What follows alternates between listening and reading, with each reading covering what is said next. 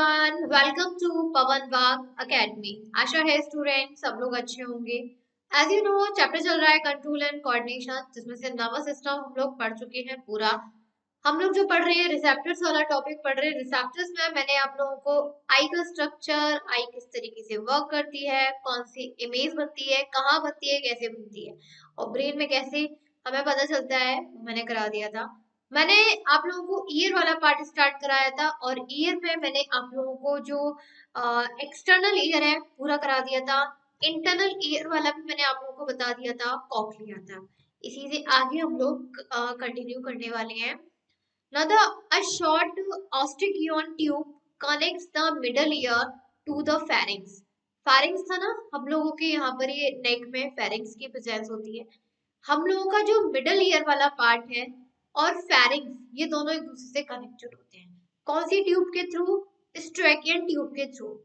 It equalises air pressure on both sides of the eardrum. यहाँ पर क्या होता है, ये दोनों साइड हमारे मिडल ईयर होते हैं। दोनों साइड से जो हम लोग की एस्ट्रिकियन ट्यूब है फारिंग से कनेक्टेड होती है।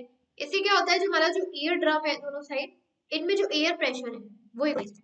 The internal ear consist of the labyrinth and vestibular apparatus. देखिए यहाँ पर जो हम लोग का इंटरनल ईयर है, यहाँ पर एरिनिथ, एक सेकेंड, लैबिरिन्थ दिखाया नहीं गया है यहाँ पर थोड़ा सा। लैबिरिन्थ, देखिए यहाँ पर वेस्टिब्यूलर नर्व तो प्रेजेंट है, इसके अलावा लैबिरिन्थ भी होता है। अभी आप लोगों को एक डायग्राम आएगा, यहाँ पे देखिए, यहाँ पर डायग्राम दिखाया गया है, दैट इज लैबिरिन्थ। यहाँ पर ये बोनी स्ट्रक्चर होता है लैबिरिन्थ, और इसी के साथ साथ इसी के नीचे जस्ट प्रेजेंट होता है वेस्टिब्यूले। ये दो पार्ट प्रेजेंट रहते हैं। And the labyrinth consists of bony labyrinth and membranous labyrinth। यहाँ पे जो labyrinth वाला पार्ट है ये दो तरीके से होता है। एक बोनी जो बोन्स का बना रहता है, और एक होता है membranous जो membranes का बना होगा। And these are filled with perilymph and endolymph respectively। Bony labyrinth में प्रेजेंस होती है पेरीलिम्फ की, लिक्विड की, और membranous labyrinth में प्रेजेंस होती है इसमें एंडोलिम्फ की। Now the coiled portion of the labyrinth is cochlea। हम लोगों को coiled portion बताया था ना, this one era coiled portion, इसको हम लोग क्या बोलते हैं? cochlea कहते हैं। Now the cochlea contains fluid-filled three chambers separated by Reznor's membrane and basilar membrane। अब ये जो हम लोगों का पूरा cochlea है, यहाँ पे तीन चैम्बर से घिरा हुआ होता है। तीन चैम्बर से घिरा हुआ होता है और उन तीनों चैम्बर में फ्लूइड फिल्ड रहता है। और ये तीनों चैम्बर, यानी कि जैसे ये कॉक्लिया है, एक इस साइड से, एक इस साइड से, एक इस साइड से, ये एक दूसरे से रेजनर मैम्ब्रेन और बेसिलर मैम्ब्रेन से सेपरेट होते हैं ये chamber. The upper chamber towards vestibule is called scala vestibuli, और जो बॉटम वाला होता है उसको हम लोग बोलते हैं स्केला टाइम्फेनी, जिसमें हमारी प्रेजेंस होती है पेरिलिम्फ फ्लूइड की। Now the middle chamber is the scala media. It is filled with endolymph, while scala vestibula and scala tymphanum are filled with perilymph। जिसका middle chamber होगा scala media, वो endolymph से filled होता है।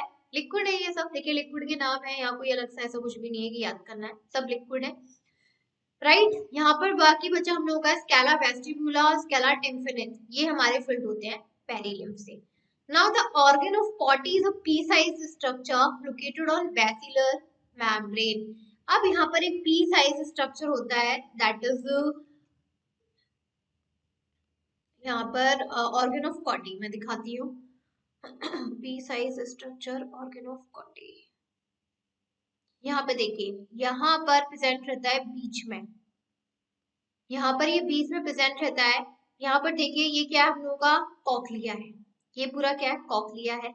Cochlea हम लोगों का तीन साइड से वेस्टिब्यूल हम लोगों का चैम्बर से घिरा रहता है, जिसमें देखिए यहाँ पर आपको दिखाई दे रही होगी, that is vesicular membrane, basilar membrane है। कॉक्लिया डक्ट है यहाँ पर, दिस वन, ये वेस्टिबुलर कैनाल है, ये टिम्फैनिक कैनाल है, और बीच में प्रेजेंस होती है पी साइज्ड ऑर्गन की, that is organ of कॉटी। The organ of Corti has a sensory epithelium over the basilar membrane। इसके नीचे basilar membrane थी ना, right? और इसके अंदर प्रेजेंस होती है सेंसरी एपिथेलियम टिश्यू की। The sensory epithelium is in contact with the gelatinous tectorial membrane, और ये जो सेंसरी एपिथेलियम है ये जेलेटिनियस टेक्टोरियल मेम्ब्रेन के कांटेक्ट में रहती है। Now the sensory cells have sensory hair on their free end so called hair cell. ये जो सेंसरी सेल्स होते हैं सेंसरी एपिथेलियम में, इनमें सेंसरी हेयर्स की प्रेजेंस होती है, हर जगह फ्रीली रहते हैं, इसीलिए हम लोग इसको बोलते हैं hair cells. In between the rows of the hair cells are present supporting cells, और यहाँ पे जो हेयर सेल्स की रोज होती है उनके बीच में प्रेजेंट रहती है सपोर्टिंग सेल्स की।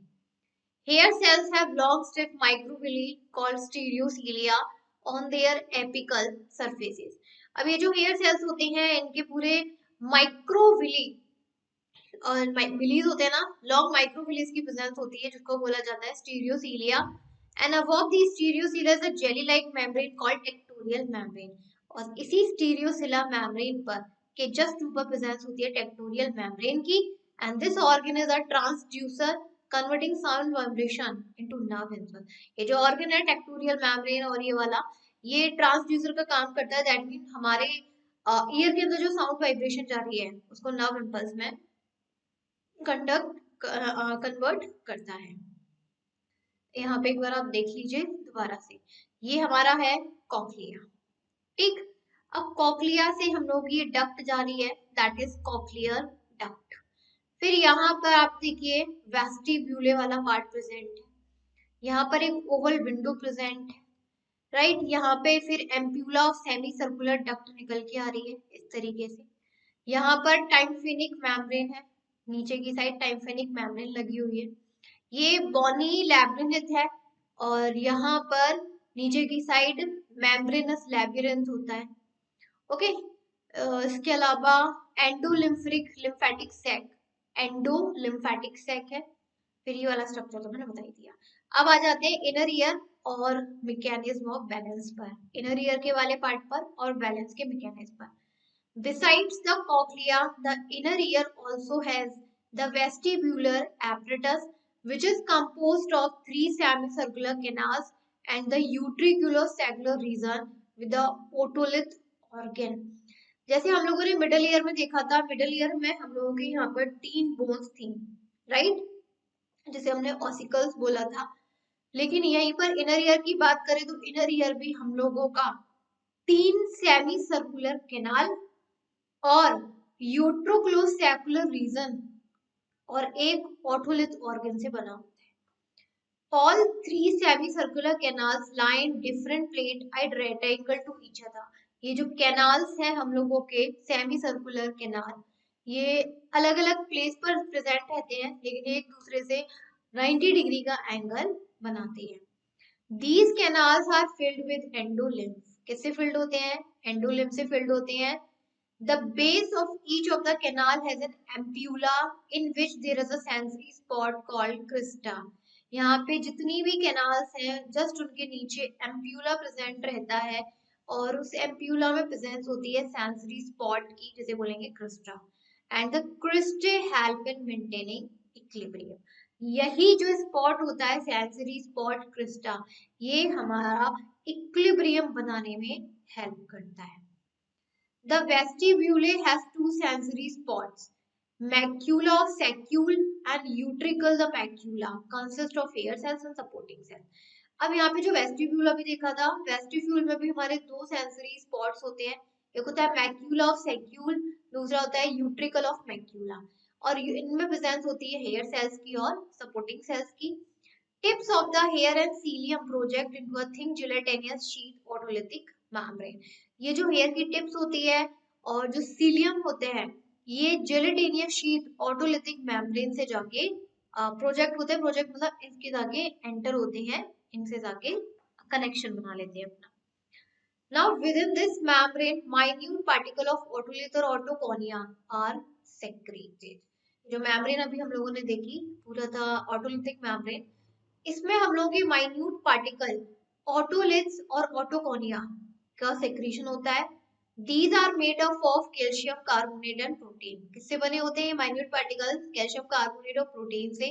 The macula and crista are the receptors. sensitive to the position to the head with respect to gravity. यहाँ पे मैक्यूला क्रिस्टा में प्रेजेंस होती है रिसेप्टर्स की। मैंने बताया ना, रिसेप्टर्स होते हैं जो हमारी बाहर की इंफॉर्मेशन को हमारे पूरे इम्पल्स की फॉर्म में पूरे ब्रेन तक ले जाते हैं। Now the three semicircular canals are arranged such way that the movement in any plane can be detected by these cells and the balance and the posture of the body is maintained. अभी हम लोगों ने देखा था कि तीन semi circular canals का जो अरेंजमेंट है वो इस तरीके से होता है कि अगर हमारे बॉडी में कोई भी मूवमेंट होता है किसी भी प्लेन में 90 डिग्री, 80 डिग्री, 70 डिग्री, 30 डिग्री, किसी भी डिग्री में, तो ये सेल्स क्या करते हैं, उस पूरे मूवमेंट को डिटेक्ट कर लेते हैं और हमारी बॉडी को बैलेंस और पोस्चर बनाने में, मेंटेन करने में हेल्प करते हैं। Receptors for dynamic balance lie in the cristae of ampulla, while for linear balance this is at the macula of utricle and sacrum. देखिए यहाँ पर डायनामिक बैलेंस बनाने के लिए जो रिसेप्टर्स हैं वो क्रिस्टे ऑफ एम्प्यूला में प्रेजेंट रहते हैं।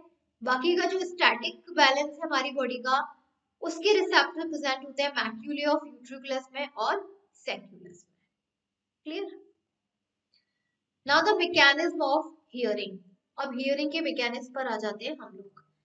Pinna of the year receives the sound waves and directs them two ear drum. अब आप लोगों को पूरा देख भी लिया है, कॉक्लिया, वेस्टिब्यूले, तीन बोन्स वाला, ऑसिकल्स वाला। अब हम लोग हियरिंग का मैकेनिज्म देखते हैं। हियरिंग का मैकेनिज्म कैसे होता है? अभी आप लोगों ने देखा पिन्ना, आउटर एक्सटर्नल ईयर में किसकी प्रेजेंस होती है? पिन्ना की प्रेजेंस होती है। पिन्ना से हम लोग साउंड वेव को रिसीव करते हैं। पिन्ना उस वेव को ऑडिटरी कैनाल से होते हुए हमारे ईयर ड्रम तक पहुंचा देता है।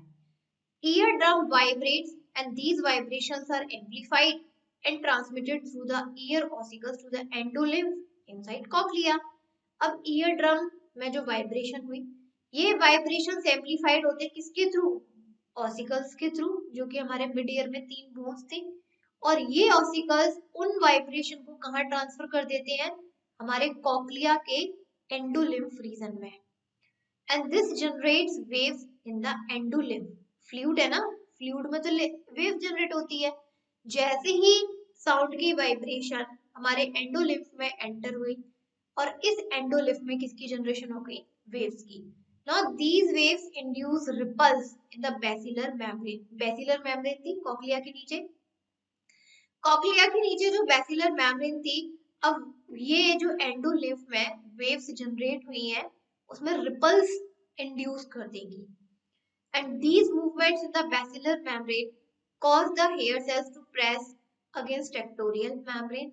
अब यहाँ पर क्या हुआ कि जो बेसिलर मेम्ब्रेन में हम लोगों का मूवमेंट हुआ, बेसिलर मूवमेंट मतलब है कि बेसिलर के मेम्ब्रेन के पास जितने भी हेयर सेल्स हैं वो भी, उसमें भी मूवमेंट हुआ। अब ये हेयर सेल्स का मूवमेंट टेक्टोरियल मेम्ब्रेन पर प्रेशर लगाता है, राइट?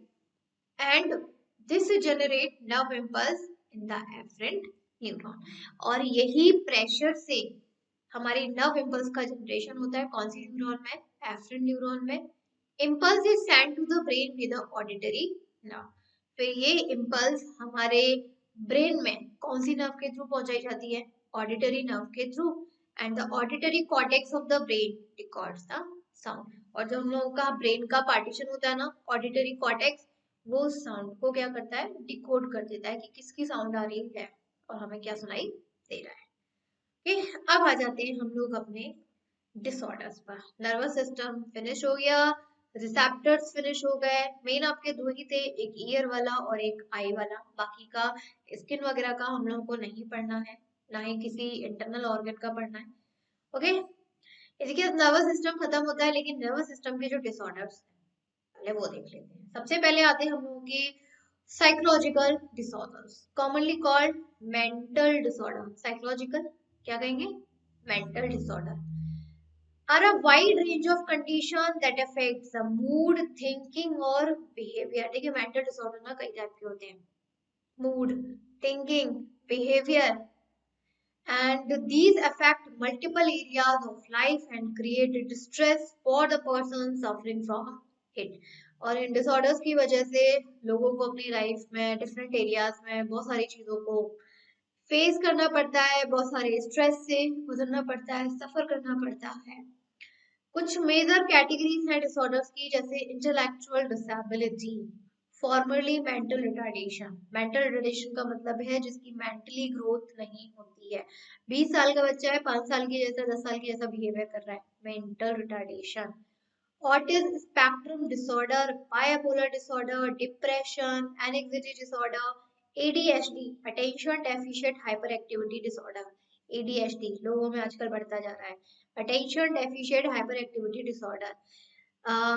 इसमें क्या होता है कि सपोज करिए कोई पर्सन है और उसके अंदर ये डिसऑर्डर है ADHD, attention deficient. That mean कि अगर वो किसी भी ग्रुप में गया है, किसी के साथ है और उसे किसी ने गलती से भी इग्नोर कर दिया, उसके साथ बात नहीं करी है, उसको अटेंशन नहीं दिया है, वो एकदम गुस्सा हो जाएगा, तोड़फोड़ करने लग जाएगा, और जो भी चीज है एडीएच, टेंशन। स्ट्रेस होता है, स्ट्रेस रिलेटेड डिसऑर्डर भी होते हैं। उसके अलावा एक और है पार्किंसन डिसीज होती है। ये तो डिसऑर्डर थे, डिसीजेस भी होती हैं, जैसे Parkinson diseases. Degeneration of dopamine producing neurons in the CNS causes Parkinson disease. हमारे CNS में जो न्यूरॉन्स होती हैं सेंट्रल नर्वस सिस्टम में, डोपामाइन प्रोड्यूस करती हैं, लेकिन जब कभी भी इन डोपामाइन का डीजनरेशन हो जाता है, डीजनरेशन मतलब प्रोड्यूस नहीं हो पा रही हैं, जो थी बची कुची वो भी डीजनरेट हो गई हैं, तो कौन सी डिसीज हो जाती है यहाँ पर, पार्किंसन डिसीज हो जाती है। सिम्टम्स क्या है, सिम्टम्स इसके अचानक से नहीं आते हैं, कम से कम उनके सिम्टम्स को आने के लिए 1 साल लग जाता है। इसके सिम्टम्स है tremors, stiffness, difficulty in walking, balance and coordination. एक होती है यहाँ पर Alzheimer disease. Alzheimer disease, it is the most common form of dementia. Dementia मतलब मेंटली डिस्टर्ब, मेंटल डिसीज एक तरीके से, मोस्ट कॉमन है। Its incidence increases with the age, showing the loss of cognitive functioning like thinking, remembering, reasoning, behavior ability। यानी कि इसके जो symptoms हैं अचानक से नहीं आते हैं, लेकिन एज के साथ आते हैं। मैं ये भी नहीं कहूंगी एक साल बाद आ जाएंगे, 2 साल बाद आ जाएंगे, एक एज के साथ आएंगे। 5 साल का हुआ कुछ और इसका सिम्टम आएगा, 10 साल के बाद कुछ और सिम्टम, इस तरीके से। ज्यादातर प्रॉब्लम रहती है थिंकिंग में, रिमेम्बरिंग में, रीजनिंग में, behavior abilities में, and to such an extent that it interferes with the personal daily life and activities, and it occurs due to the loss of cholinergic and other neurons in the CNS। हमारे CNS में जो neurons होती हैं, इसके अलावा जो क्लोनिनेर्जिक होता है, इसका लॉस हो जाना। इसके अलावा एक्यूमुलेशन ऑफ एमिलॉइड प्रोटीन, जो एमिलॉइड प्रोटीन है उसका एक्यूमुलेशन ना हो पाना। There is no cure for Alzheimer's, but treatment slow down the progression of the disease and may improve the quality of life। Cure तो इसका कुछ नहीं है कि परमानेंटली इसको फिनिश कर दिया जाए, नॉट पॉसिबल। ट्रीटमेंट है, ट्रीटमेंट चलता रहता है, तो ये कि डिसीज आगे नहीं बढ़ती है, और जो इंसान 20 साल जीता था हो सकता है थोड़ा सा 30 या 40 साल जी जाए, बस इसके अलावा कुछ भी नहीं है। अब आ जाते हैं हम लोग अपने नेक्स्ट और न्यू टॉपिक पर, that is chemical coordination. As we know हमारी जो बॉडी है दो तरीके से कंट्रोल और कोऑर्डिनेट होती है, एक तो नर्वस सिस्टम के थ्रू होती है, दूसरा हम लोगों के हार्मोन्स के थ्रू होती है। अभी जो हम लोग पूरा पढ़ के आए हैं वो आप लोगों का नर्वस सिस्टम था, नर्वस कोऑर्डिनेशन, कंट्रोल कोऑर्डिनेशन था। अब हम लोग जो पढ़ेंगे वो हार्मोन्स का पढ़ेंगे, जिसके आप लोगों को केमिकल कोऑर्डिनेशन भी कहा जाता है। आप लोगों ने 10th और 11th में भी थोड़ा बहुत पढ़ा ही है इसके बारे में। The cells and organism communicate with each other through chemical signals. देखिए हमारे बॉडी में जितने भी सेल्स हैं, टिश्यूज हैं, ऑर्गन्स हैं, नर्व्स के थ्रू तो कम्युनिकेट करते ही करते हैं, इसके अलावा केमिकल सिग्नल्स के थ्रू भी अपने आप को कम्युनिकेट करती हैं। And they are broadly classified into 4 types. The first one is autocrine, cells release secretion to stimulate itself. Autocrines ऐसे cells जो अपने आप को स्टिमुलेट करने के लिए केमिकल को रिलीज करते हैं। एक होते हैं paracrines, cells release secretion to stimulate neighbouring cells. ऐसे सेल्स जो नेबरिंग सेल्स के साथ कम्युनिकेट करने में कम्युनिकेट करना चाहते हैं और अपने सेक्रीशन को रिलीज करते हैं। यानी कि अगर कोई भी सपोज करिए एक टाइप के सेल्स हैं, राइट, 10,000 सेल्स हैं लेकिन एक ही टाइप के हैं, एक ही टाइप के 10,000 सेल्स हैं। इन 10,000 सेल्स को एक दूसरे के साथ कम्युनिकेट करना है, तो वो ये कौन से सेल्स कहलाएंगे? ऑटोक्राइन्स कहलाएंगे। ये सेल्स अपने आप में क्या करेंगे? एक सेक्रीशन करेंगे, केमिकल सेक्रीशन। ये केमिकल सेक्रीशन इसके जो सेम टाइप के सेल्स है उसके पास पहुंच जाएगा, कम्युनिकेट कर लेंगे। ऐसे सेल्स को हमने क्या बोला? ऑटोक्राइन। होते हैं पैराक्राइन्स। पैराक्राइन्स में सपोज करिए कि दो टाइप के सेल हैं, एक दूसरे टाइप का सेल है, दूसरा दूसरे टाइप का सेल है। इन दोनों को कम्युनिकेट करना है। ये दोनों सेल्स अपने अपने इंटरनल स्ट्रक्चर से कुछ सेक्रेशन रिलीज करेंगे और एक दूसरे के साथ कम्युनिकेट कर लेंगे। यानी कि एक सेल ने अपने नाइबरिंग दूसरे टाइप के सेल से कम्युनिकेट करने के लिए जो सेक्रेशन किया, दैट इज पैराक्राइन। एक होता है हम लोगों का endocrine. Cells release secretion to stimulate distant cells. Distant cell समझते हैं ना, दूर। डिस्टेंट मतलब बहुत दूर। सपोज करिए एक सेल नेक में प्रेजेंट है, एक सेल प्रेजेंट है लेग में, बहुत डिस्टेंस है, ज्यादा ही डिस्टेंस है। तो ये दोनों सेल्स चाहे नेक वाले हो चाहे लेग वाले हो, एक दूसरे के डिस्टेंट, इतनी दूरी पर एक दूसरे को कम्युनिकेट करने के लिए कुछ सेक्रेशन रिलीज करेंगे। ऐसे सेल्स को हम लोग बोलते हैं एंडोक्राइन्स। एक होते हैं हम लोगों के pheromones. Pheromones organs release secretion to stimulate other organism। इसमें तो ऑर्गन सेल्स की भी बात नहीं करी, इसमें तो डायरेक्ट ऑर्गेनिज्म की बात कर दी। दैट मीन सपोज करिए कि यहाँ पर एक एनिमल है, एक ऑर्गेनिज्म है, यहाँ पर कोई दूसरा ऑर्गेनिज्म है। अब इन दोनों ऑर्गेनिज्म को एक दूसरे से कम्युनिकेट करना है, तो एक ऑर्गन और जो दूसरा ऑर्गन दोनों अपनी बॉडी से कुछ सेक्रीशन करेंगे, राइट, और अपने क्या कर लेंगे? कांटेक्ट कर लेंगे, that is pheromones. Higher animals have complex body organization, and due to this, in addition to the nervous coordination, there is a need of chemical coordination। देखिए जो हायर एनिमल्स, उनकी जो बॉडी का ऑर्गेनाइजेशन होता है बड़ा ही कॉम्प्लेक्स होता है, तो इनकी बॉडी में कंट्रोल कोऑर्डिनेशन के लिए नर्वस सिस्टम के साथ साथ केमिकल कोऑर्डिनेशन की भी जरूरत पड़ती है। And chemical coordination is carried out by secretion of ductless gland. आपको पता है ना हमारी बॉडी में दो टाइप की ग्लैंड होती है, एक होती है एंडो, दूसरी होती है एक्सो। एक्सो जो कि डक्ट होती है, जिसमें डक्ट यानी कि ट्यूब की प्रेजेंस होती है, और इन एक्सोक्राइन ग्लैंड में से जो भी सेक्रेशन होता है वो ट्यूब में रिलीज होता है, डक्ट में रिलीज होता है, किसी पर्टिकुलर ऑर्गन में जाके एंटर हो जाता है। यही हम लोग बात करें एंडोक्राइन की, तो एंडोक्राइन जो होती है डक्टलेस होती है। डक्टलेस का मतलब आप सब लोग समझते ही हैं, यानी कि ट्यूबलेस है, इसमें कोई भी ट्यूब नहीं है। और एंडोक्राइन ग्लैंड्स में से जो भी सेक्रीशन आता है वो किसी ट्यूब में ना एंटर होके डायरेक्ट ब्लड में रिलीज हो जाता है, राइट। और जो केमिकल कोऑर्डिनेशन है वो हमारा एक्सोक्राइन से नहीं बल्कि एंडोक्राइन ग्लैंड से, यानी कि जो डक्टलेस ग्लैंड्स है उनसे कैरिड आउट होता है। और जो हमारी बॉडी में जितना भी एंडोक्राइन ग्लैंड्स प्रेजेंट है उन सारे ग्रुप को हम लोग मिला के क्या कह देते हैं? Endocrine system. जैसे बहुत सारी हमारी बॉडी में नर्व्स होती हैं तो बोल देते हैं नर्वस सिस्टम, ऐसी हमारी बॉडी में बहुत सारी ग्लैंड्स भी होती हैं तो क्या बोल देंगे? Endocrine system. ओके, चलो तो हम लोग एंडोक्राइन सिस्टम भी स्टार्ट करते हैं। The endocrine system controls body activities by means of chemical messengers called hormone. देखिए जो एंडोक्राइन सिस्टम है ये हमारी बॉडी की एक्टिविटी को जो कंट्रोल करता है वो अपने केमिकल मैसेंजर्स की वजह से करता है, जिसको हम बोलते हैं hormones. Hormones are release directly into the blood. Hormones direct हमारे ब्लड में ही, क्योंकि यहाँ पर जो एंडोक्राइन ग्लैंड्स हैं डक्टलेस हैं और इनके हार्मोन्स कहाँ रिलीज होंगे? डायरेक्ट ब्लड में रिलीज होंगे। The hormone is carried all over the body विया ब्लड। और हार्मोन्स ब्लड में रिलीज होते हैं और ब्लड सर्कुलेशन करता है, जिसकी वजह से ये केमिकल हमारे पूरे बॉडी में कैरिड आउट हो जाता है, स्प्रेड हो जाता है।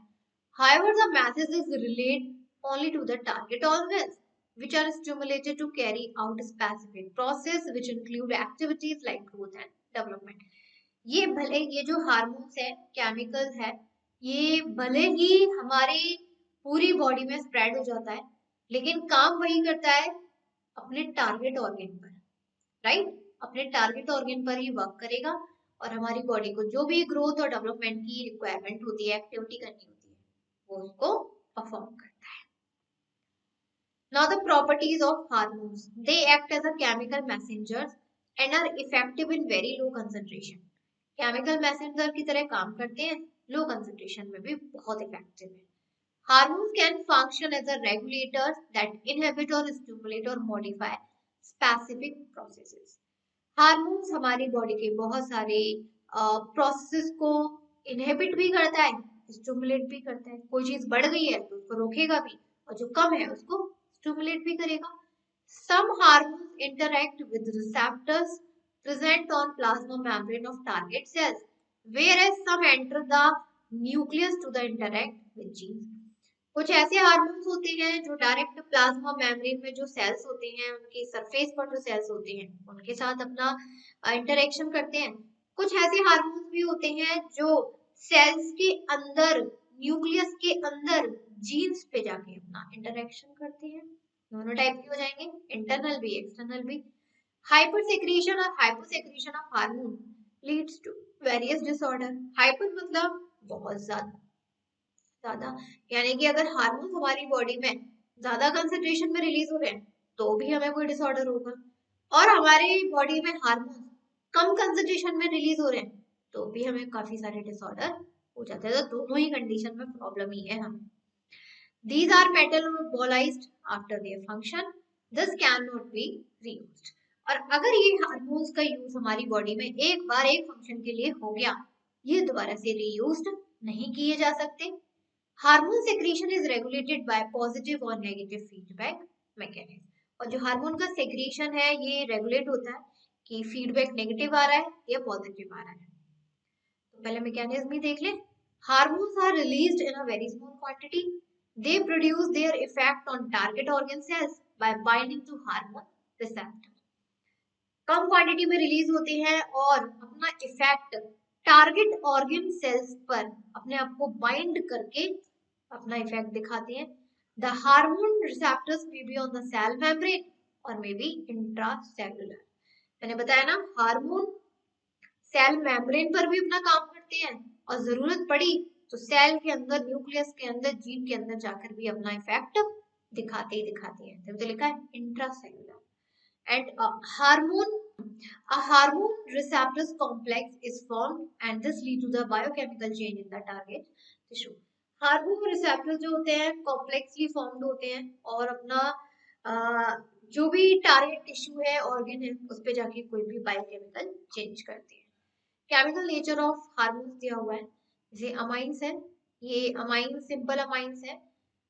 कॉटालेमाइन secreted by adrenal medulla, epinephrine and non-epinephrine and melatonin from pineal gland, and some are modified from the amino acid, example thyroxine. एक होते हैं peptide hormones. These hormones consist of a long and short chain of amino acid like hormones of hypothalamus, oxytocin, ADH, GnRH. इसके बाद है protein hormone जैसे कि insulin, glycogen, TSH, FSH, LDH, GH and leptin. उसके बाद होता है fatty acid derivatives, prostaglandin. Steroid hormones. These hormones are lipid soluble, derived from cholesterol and other steroids. Estrogen, testosterone, aldosterone. These are the examples steroid hormones. And action of these hormones concerned with long lasting response. कोई नहीं होता, यानी कि gas में होता है आपका nitric acid, sorry nitric acid नहीं, नाइट्रिक ऑक्साइड. हमारी बॉडी में जो एक हार्मोन है गैसियस फॉर्म है वो सिर्फ नाइट्रिक ऑक्साइड है, बाकी के सब हमारे सॉलिड या फिर लिक्विड फॉर्म में होते हैं. इसमें से पूछ सकते हैं कि पेप्टाइड हार्मोन्स कौन से हैं, प्रोटीन हार्मोन कौन से होते हैं, फैटी एसिड कौन से होते हैं, स्टेरॉइड कौन से हैं, या फिर एमाइंस कौन से हैं. यहाँ से 2 मार्क्स में क्वेश्चन आपका बन सकता है, चांसेस हैं पूरे पूरे. ओके, आई होप यहाँ तक आप लोगों को क्लियर होगा. इसके बाद हम लोग जो पढ़ेंगे वो है आपका mode of hormone action through membrane receptors. Membrane receptors पहले मैंने बताया ना, हार्मोन 2 तरीके से वर्क करेगा, एक मेम्ब्रेन पर, दूसरा इंट्रासेलुलर. तो पहले हम लोग मेम्ब्रेन वाला पढ़ेंगे कि मेम्ब्रेन पर कौन से हार्मोन वर्क करते हैं, कैसे करते हैं. फिर उसके बाद हम लोग जाएंगे इंट्रासेलुलर वाले पे. आई होप यहाँ तक क्लियर होगा स्टूडेंट. इससे आगे अपने नेक्स्ट कंटिन्यू करेंगे। आई होप यहाँ तक क्लियर है, कोई डाउट नहीं है। तो मिलते हैं आप लोगों को नेक्स्ट सेशन में, नेक्स्ट वीडियो में इसी टॉपिक को कंटिन्यू करते हुए। तब तक के लिए thank you student and bye bye to all.